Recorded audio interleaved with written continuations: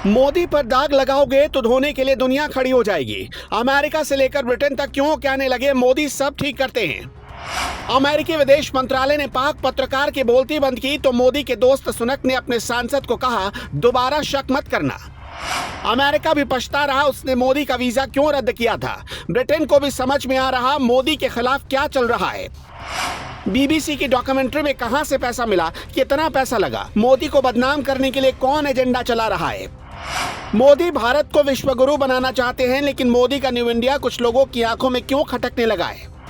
मोदी के दामन पर दाग लगाओगे तो दुनिया कैसे मोदी के लिए खड़ी हो जाएगी, इसके कुछ आज बहुत बेहतरीन नजीर आपको दिखाएंगे, क्योंकि दुनिया को बहुत अच्छे से पता है कि मोदी सच्चे हैं, मोदी ईमानदार हैं। कहते हैं दाग लगने से अगर कुछ अच्छा होता है तो दाग अच्छे हैं। बीबीसी ने एक डॉक्यूमेंट्री के जरिए मोदी के दामन पर दाग लगाने की कोशिश की, लेकिन दुनिया ने फिर साबित कर दिया कि वो एजेंडे के साथ नहीं बल्कि दुनिया को एजेंडे से बचाने वाले मोदी के साथ खड़ी है। पहला, मोदी के लिए खुद खड़ा हुआ अमेरिकी विदेश मंत्रालय। पाकिस्तानी पत्रकार की बोलती बंद हो गई। अमेरिका के विदेश मंत्रालय के प्रवक्ता से पाकिस्तानी पत्रकार सवाल पूछने चला था, लेकिन पहले नेस्ट प्राइड ने जवाब दिया और फिर उसे कह दिया कि यहां से आगे बढ़ो। अमेरिकी विदेश विभाग के प्रवक्ता नेस्ट प्राइड से एक पाकिस्तानी पत्रकार ने बीबीसी की डॉक्यूमेंट्री पर सवाल पूछा। नेस्ट प्राइड ने ऐसा जवाब दिया कि उसकी बोलती बंद हो गई। पाकिस्तानी पत्रकार ने पूछा कि पिछले 8 साल में नरेंद्र मोदी की आदतों से वही लगता है जो बीबीसी की डॉक्यूमेंट्री में दिखाया गया। नेस्ट प्राइड ने जवाब दिया, आपको भारत के लोकतंत्र पर भरोसा करना चाहिए। मुझे उस डॉक्यूमेंट्री की जानकारी नहीं है जिसके बारे में आप बात कर रहे हैं, लेकिन मैं उस साझा मूल्यों से परिचित हूँ जो अमेरिका और भारत दो संपन्न और जीवंत लोकतंत्रों के रूप को लागू करते हैं। हम हर उस चीज को देखते हैं जो हमें एक साथ जोड़ती है। हम सभी उन सभी तत्वों को मजबूत करने के लिए तत्पर हैं जो हमें एक साथ बांधते हैं।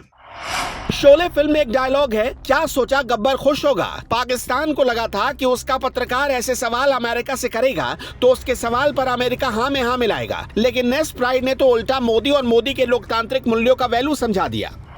दूसरा, मोदी के लिए ढाल बनकर खड़े हो गए ब्रिटेन के पीएम ऋषि सुनक। बोल पड़े ये चरित्र चित्रण हमें रास नहीं आया। अमेरिका ही अकेले खड़ा नहीं हुआ मोदी के लिए।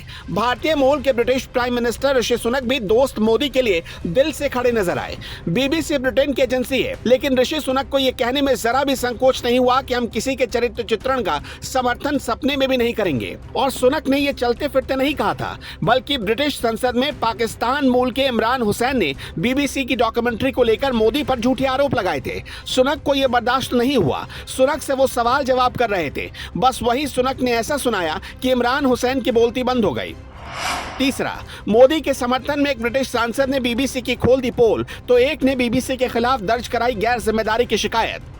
ब्रिटिश संसद लॉर्ड किरण बिली मोरिया ने हाउस ऑफ लॉर्ड्स में पीएम मोदी की जमकर तारीफ की और पीएम मोदी को पृथ्वी के सबसे शक्तिशाली व्यक्तियों में से एक बता दिया। ब्रिटेन में एक ऑनलाइन याचिका में कहा गया कि बीबीसी ने अपने कर्तव्यों का गंभीर उल्लंघन किया है। इधर भारतीय विदेश मंत्रालय ने भी इस डॉक्यूमेंट्री को प्रोपेगेंडा पीस बताया है और दावा किया कि इसका मकसद वैसा ही नैरेटिव पेश करना है जिसे लोग पहले ही खारिज कर चुके हैं।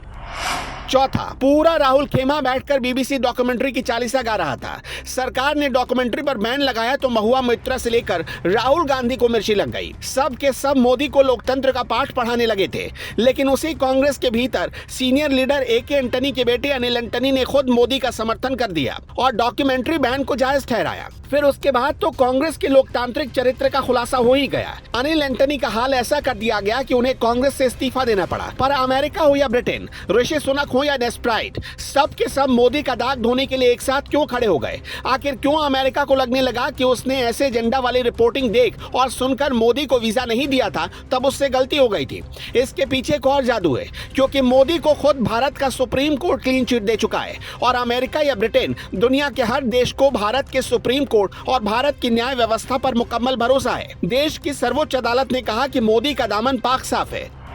देश की दो जांच समितियों ने अपनी रिपोर्ट में दावा किया कि 2002 में गुजरात में जो हुआ उसमें मोदी का कोई रोल नहीं है। फिर वो कौन लोग हैं जिन्हें मोदी की बुराई सुनकर दिल को तसल्ली मिलती है। इंडिया द मोदी क्वेश्चन किसी एक डॉक्यूमेंट्री की बात नहीं है, बल्कि भारत में फ्रीडम ऑफ स्पीच का बेजा फायदा उठाकर मोदी को कुछ भी बोलो, मन दिल दिमाग को तसल्ली देते रहो। ये सारा खेल इसी का है। आगे कुछ ऐसे फैक्ट दिखने वाले हैं जो आपकी आंखों पर चढ़ी मोटी पट्टी उतार फेंकेंगे, लेकिन उससे पहले आपसे कुछ सवाल पूछते हैं। दिल पर हाथ रख देखकर इसका जवाब दीजिएगा।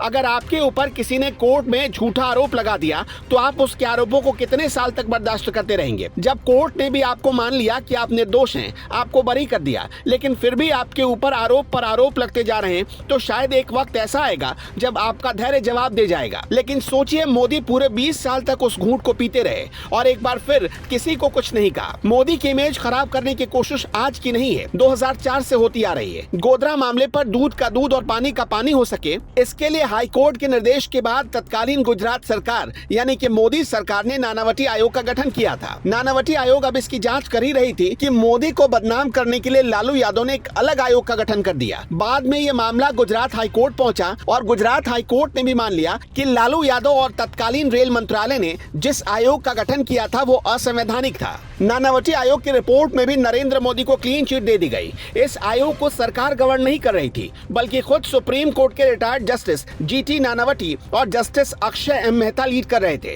नानावटी आयोग को हादसे से जुड़ी फैक्ट फाइंडिंग तो करनी ही थी, साथ ही 20 जुलाई 2004 को जांच करने के लिए 2 बिंदु और भी जोड़े गए थे। पहला, मुख्यमंत्री या मुख्यमंत्री के कैबिनेट के किसी मंत्री का क्या गोधरा मामले में कोई रोल है?